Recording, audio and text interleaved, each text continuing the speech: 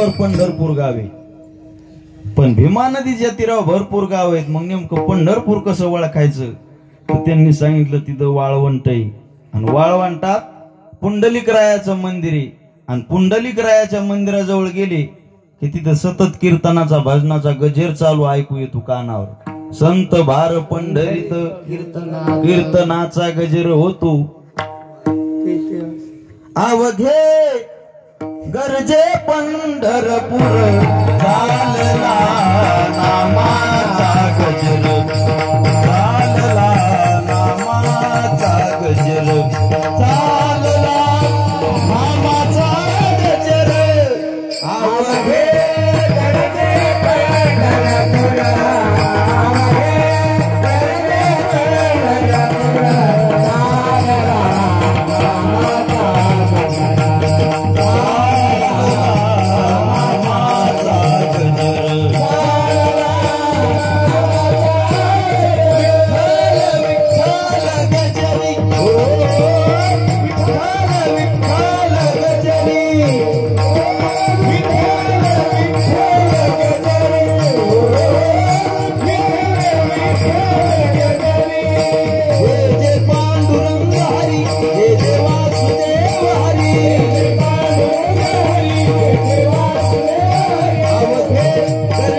पंढरपूर, अवघे गरजे पंढरपूर चालला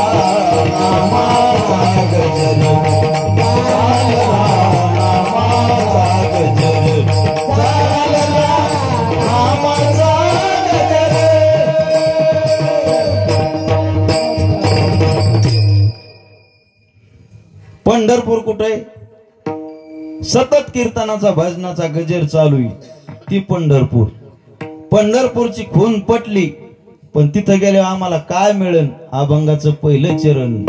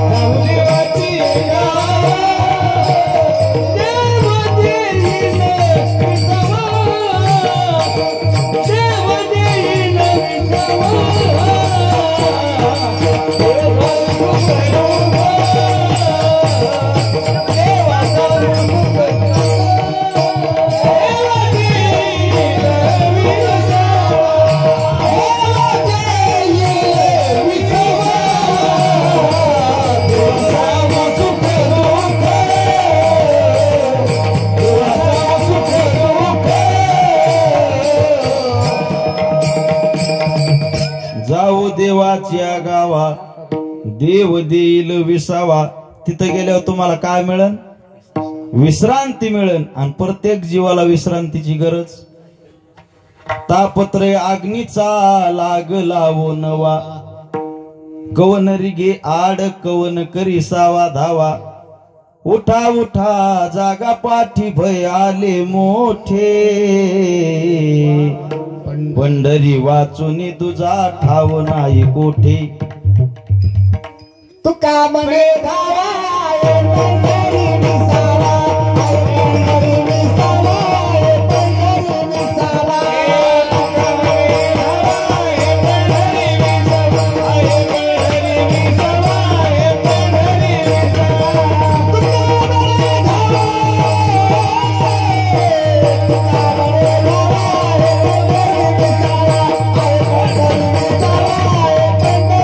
विसावा.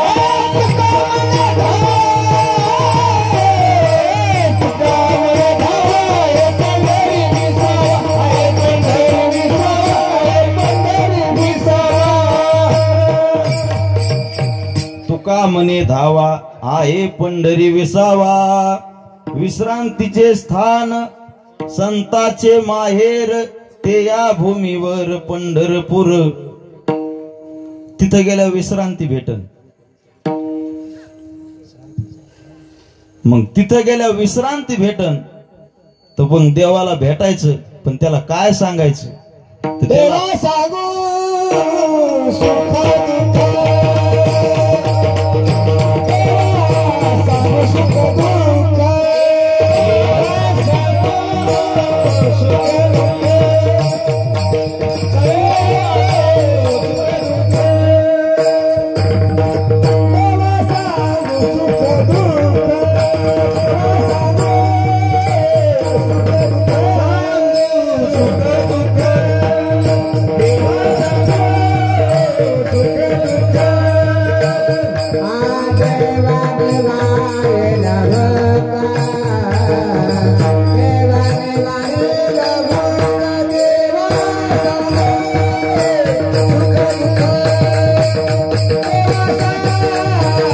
सुख दुःख,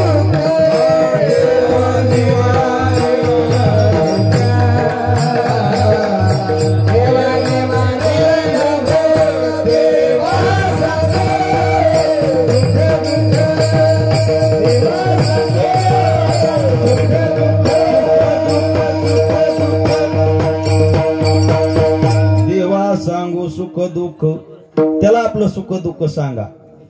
देव निवारील भूक. सुख दुःख का सांगायचं त्याला? कारण की आपण कसे आपण निसते लगीत, पण तो कसा आहे जीवलग. भरतूर हरिनाथ राजा होता, भरतूर हरी, आणि त्याला 2 पत्न्या होत्या. मोठीचं नाव होतं श्यामदेवी आणि छोटीच होतं पिंगळा राणी. आणि त्या राजाकड एक महात्मा आला आणि त्या महात्म्याने राजाला एक फळ दिलं आणि त्या राजाला सांगितलं जो हे माणूस फळ खाईन त्याचं आयुष्य वाढेल आणि आरोग्य बी सुधरून. मग त्याने ते फळ कोणाला दिलं? पिंगळा राणीला, छोट्या पत्नीला दिलं. कारण की ज्याला ज्याला 2 बायका आहेत त्याचा जीव जास्त मोठीत असतो का लहानीत? जैन महाराजाला माहिती, आपण काय केलेलं नाही 2. त्याने ते फळ दिलं पिंगळा राणीला,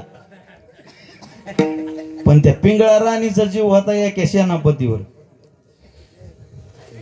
तिने दिलं त्या सेनापतीला. त्या सेनापतीचा जीव एका दुसऱ्या गणिकेवर होता. त्या गणिकेला दिलं, पण ती गणिका विचारवंत होती.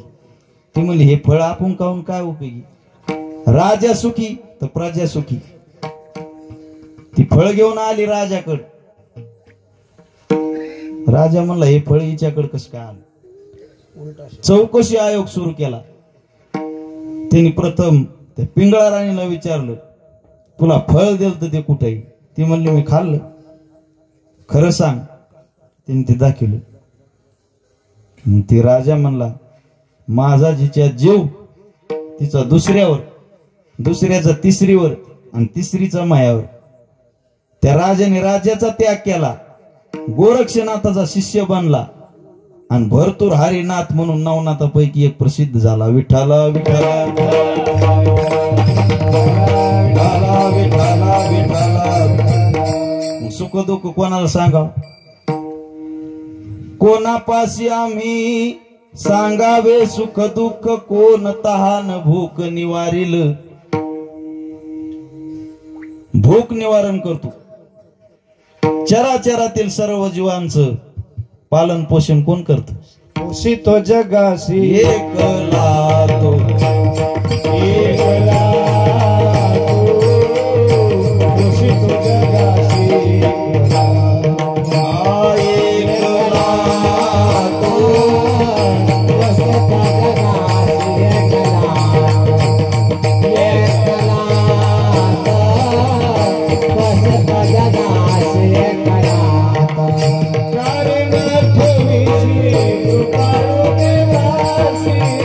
Thank you.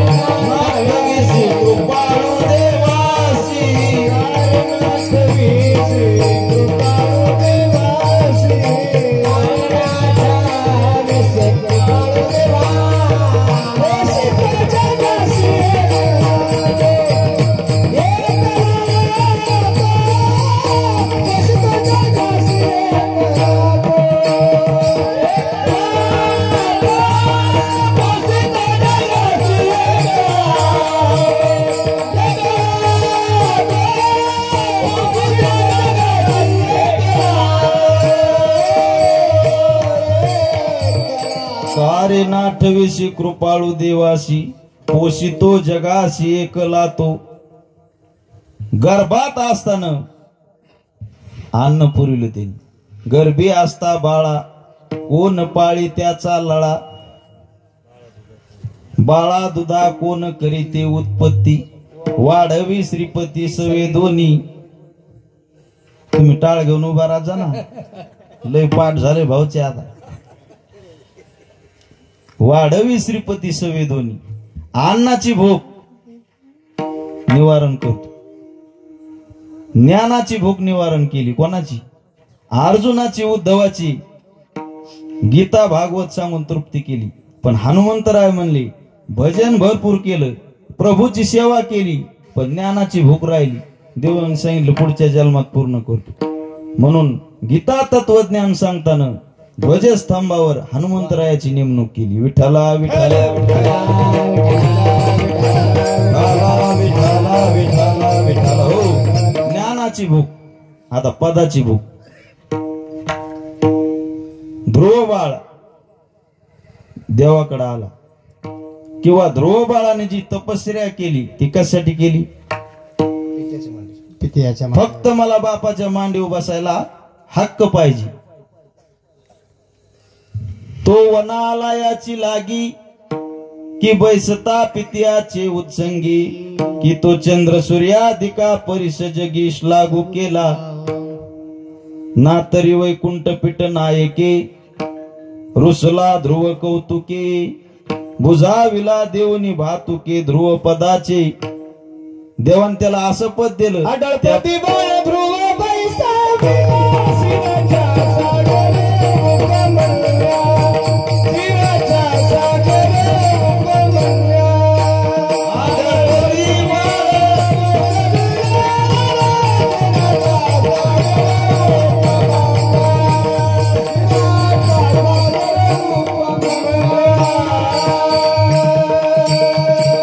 आढळपती बाळ बैसविला ध्रुव क्षीराचा सागर उपमन्यू त्याचप्रमाणे उपमन्यू खरं दूध त्याला प्यायलाच भेटत नव्हतं ब्राह्मणाचा मुलगा होता आई त्याला खरं दूध त्याला पिठात काढून पाणी द्यायची पण असं एक दिवस ते मित्राच्या घरी गेला आणि खरं दूध प्याला खरं दूध प्याल्या खोटं दूध प्याय ना ती मला खरं दूध पाहिजे आई म्हणली खरं दूध द्यायची आमची ऐपत नाही मग खरं दूध मला कोण देईन आई सांगे बाळ काशी दूध मागे देवापाशी मग देव देईन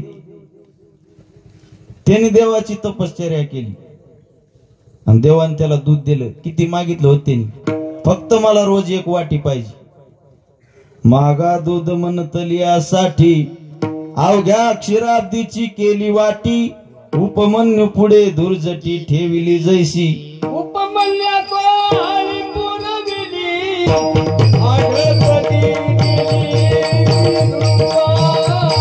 आढळपती बसलेला ध्रुवा उपमन्यातो हरी पुरविली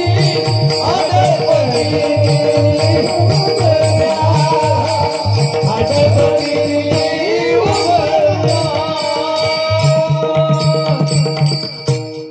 नवीन प्रमाण ऐकायला भेटलं आढळपदी बाळ सगळ्याच पाठ झालं उपमन्या तो आळी पुरवी उपमन्य तो आई पुरवी आढळपदी दिली वस्ती ध्रुव आढळपदी दिली वस्ती ध्रुवा जुनं ते सोनं आता ते वय झालंय तरी बी आज उभा राहिले ते कीर्तनाला या वयात आढळपदी बाळ बैसविला ध्रुव पदाची भूक पूर्ण केली संपत्तीची भूक पूर्ण केली सुग्रीवाला किष्किंधा बिभीषणाला लंका दिली आणि सुदाम्याला मुठभर पोयासाठी सोन्याची नगरी दिली आता कशाची राहिली भूक पुन्हा म्हणून जयाचे वासना ते पुरवितो पंढरी राणा झाला भक्ताचा आदना ते उपकार फेडावया सगळ्या भूका पूर्ण केल्या म्हणून देवा सांगू सुख दुःख आणि देव निवारील भूक. म्हणून साधकानं त्याची सेवा करावी आणि आपल्या सगळा संसाराचा भार त्याच्यावर घालावा. घालू देवा सत भार, घालू देवा सत भार,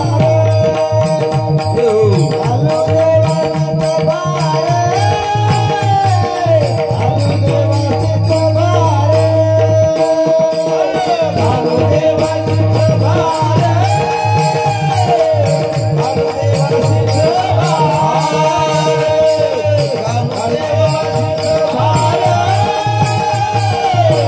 घालू देवा सत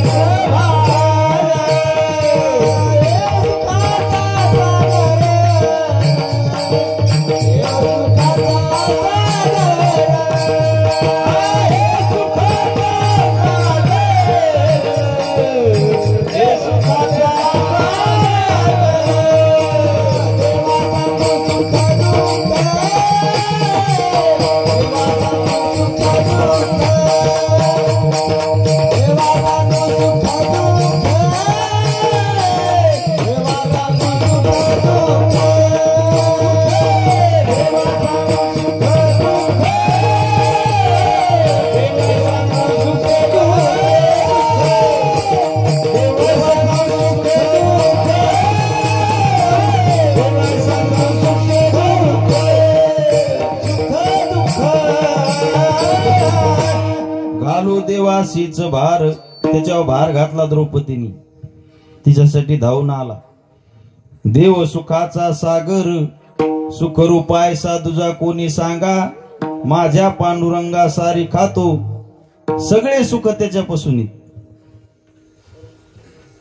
मग महाराज म्हणले त्याच्या गावाला जाऊ, त्याला सुख दुःख सांगू, संसाराचा भार त्याच्यावर घालू, पण त्याच्या पायाजवळ जडून राहू.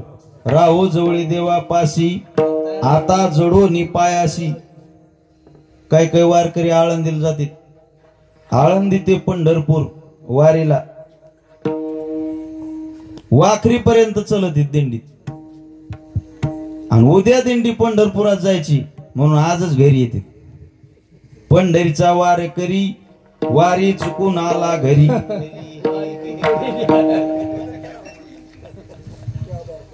पायाजवळ जडून राहायचं लांबच. महाराज म्हणले पंढरपुरात एक तरी मुक्काम करा.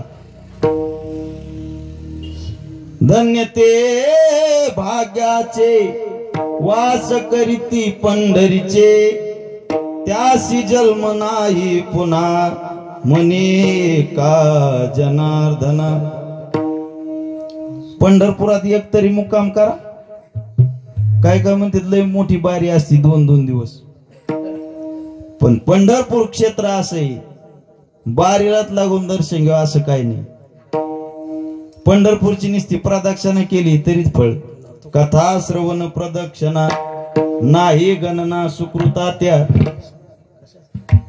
पण प्रदक्षिणा करायला म्हणजे लय गर्दी चेंगरा चेंगरी होती. प्रदक्षिणा आमच्या जन करणं होत नाही. त्याच्यापेक्षा सोपं सांगितलं काय, त्याच्या आधी रावळाला निसती एक अर्धी प्रदक्षिणा करा म्हणजे. उजवे घेता रावळाशी, जळती पातकाच्या राशी. मुख दर्शन घ्या. कोटी ब्रह्म हत्या मुख पाहता जाती. पण मुख दर्शन बी घेणं होत नाही आमच्या जन महाराज. मुख दर्शनाला 4-4, 5-5 घंटे लागत. मग याच्यापेक्षा सोपं काय. एका जनार्दनी शरण कळस देखता मुक्त जाण. तुका म्हणे मोक्ष देखिल्या कळस. किती फायदा आहे. पण लोक म्हणले कळस बी दिसाना, आता लय मोठ्या मोठ्या बिल्डिंग झाल्या म्हणले तिथं. त्याच्यापेक्षा सोपं सांगा. त्याच्यापेक्षा सोपं आहे. पाहता रावळाची ध्वजा, तया मुक्ती झाली सहजा. आता पताका लय मोठा लावली बर का. पताका पहा म्हणजे पताका सुद्धा पाहणं होत नाही. मग पंढरपूर पहा म्हणणे नुसतं लांबून. वैकुंठ पंढरी देखलिया अवघेची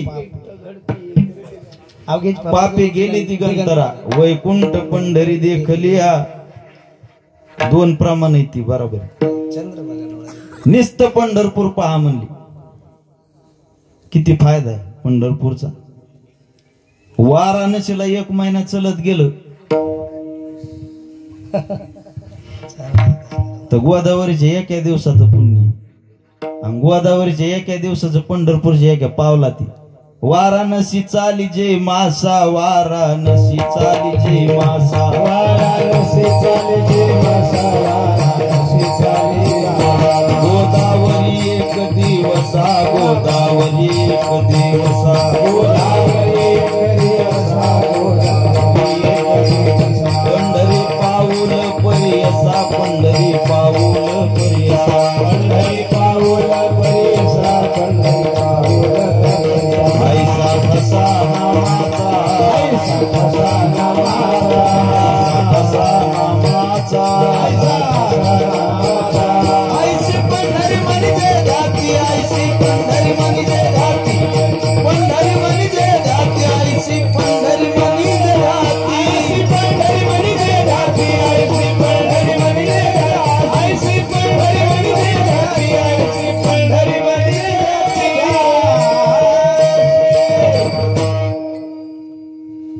पंढरी पाऊल परियसा. नुसतं पंढरपुरात पाऊल टाकायचं किती पुण्य. मग पाऊल कसं टाकायचं तर गेवराई पंढरपूर एसटीत बसायचं आणि पंढरपूरचं तिकीट काढायचं आणि चंद्रभागेच्या पुलावर कंडक्टर म्हणतो ना पंढरपूरला कोणाला उतरायचं त्याने उतरून घेणे. मग सगळ्याला उतरून द्यायचं. आपण उतरायचंच नाही. सगळे उतरायचे. एसटीला किती पायऱ्या आहेत 3. पहिली उतरायची दुसरी उतरायची तिसरी उचलायची आणि चौथा पाय पंढरपुरात ठेवायचा लगेच उचलायचा आणि पुन्हा त्याच एसटीने पंढरपूर गेवरायला वापस यायचं. तरी पुण्य. किती सोपं आहे. बरं एवढं नाही जमलं तर गावातून दिंडी पंढरपूरला चालली. महाराज म्हणले नुसतं दिंडीला वाट लावायला जा तरी पुण्य. पंढरीच्या लागा वाटे सका भेटे विठ्ठल. पण लोक म्हणले महाराज दिंडीची वाट लावायला सांगा पण वाट लावायला सांगू नका. असे माणसं महाराज. इतकं सोपं आहे. दुसऱ्या क्षेत्राला गेले असं सोपं फळ नाही कुठंच. सोपे हे साधन लाभ येतो सोपे हे साधन लाभ येतो सोपे साधन लाभ येतो सोपे साधन लाभ येतो वाचेशी उच्चारा राम हरी वाचेशी उच्चारा राम हरी सोपे हे साधन लाभ येतो सोपे हे साधन लाभ येतो वाचेशी उच्चारा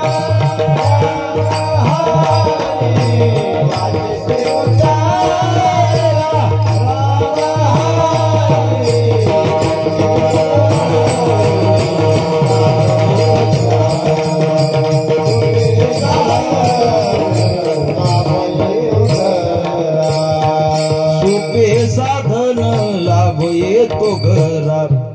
सोपं साधन मग करा वाटतं का. काही म्हणते तर आमचं वय नाही अजून नंतर जाऊ. कधी जाऊ. जवळ हे सकळ सिद्ध आहे हात चालावया पाय. जवळ हात पाय चांगले तवर जा. हस्तो पवित्र यदि दान पुण्यम पादो पवित्रम यदि तीर्थयात्रा मुखम पवित्रम यदि नाम घोषम हृदयम पवित्रम यदि ब्रह्मनिष्ठा. कवा करा जवळ हातपाय चांगले तो दान करा. एक श्रीमंत होता, कधी दान केलं नाही त्यांनी. सप्त्याला पंगत नाही, वर्गणी मागायला गेली की ₹1.25. किती द्यायचा? ₹1.25 देऊ, जेवायला 9 जण येऊ, खायला किलो किलो खाऊ, नाही राहिलं तर भांडायला येऊ. असं हसिले लोक खुश होते जरा, आहे का? कधी दान केलं नाही त्यांनी. त्याच्याकडे एक भिकारी आला, त्यांनी एक माणूस ठोलता दारात. भिकारी आला की दंडुक्याने हाणायचा, दान करायचं. कधीच माहित नाही त्याला. एक भिकारी आला, पण देव राखण ठेवलेला माणूस झोपी गेला महाराज. हे डायरेक्टच घुसलं मधी. आणि ते माणूस स्वतः मधी म्हणला, तू मधी कस काय आला? म्हणला आलो दारावाट. कशाला आलो? म्हणलं भीक मागायला आलो. म्हणलं तुला आडेल नाही कोणी? म्हणलं नाही, तिथे कोणीच नाही. म्हणलं हाय एक पण झोपलेलं आहे. म्हणलं ते बर बर. म्हणलं इथं दान देत नाही, जे नौकर ठोलता त्यालाच हाणला आधी यांनी. म्हणलं तुला कशाला ठोलं? हे मध्ये आलं नाही. त्या नौकराने सांगितलं, भिकाऱ्या इथं येत जाऊ नको, हे मालक काय दान देत नाही, इथं दंडुक्याने हाणते. ते गेलो वापस. पण ते चॅप्टर होतं, पुन्हा आला 8 दिवसांनी. 8 दिवसांनी आला. तेव्हा म्हणला मी आज मागायला नाही आलो, म्हणलं द्यायला आलो. म्हणलं द्यायला आलो. ते घुसलं मध्ये. म्हणलं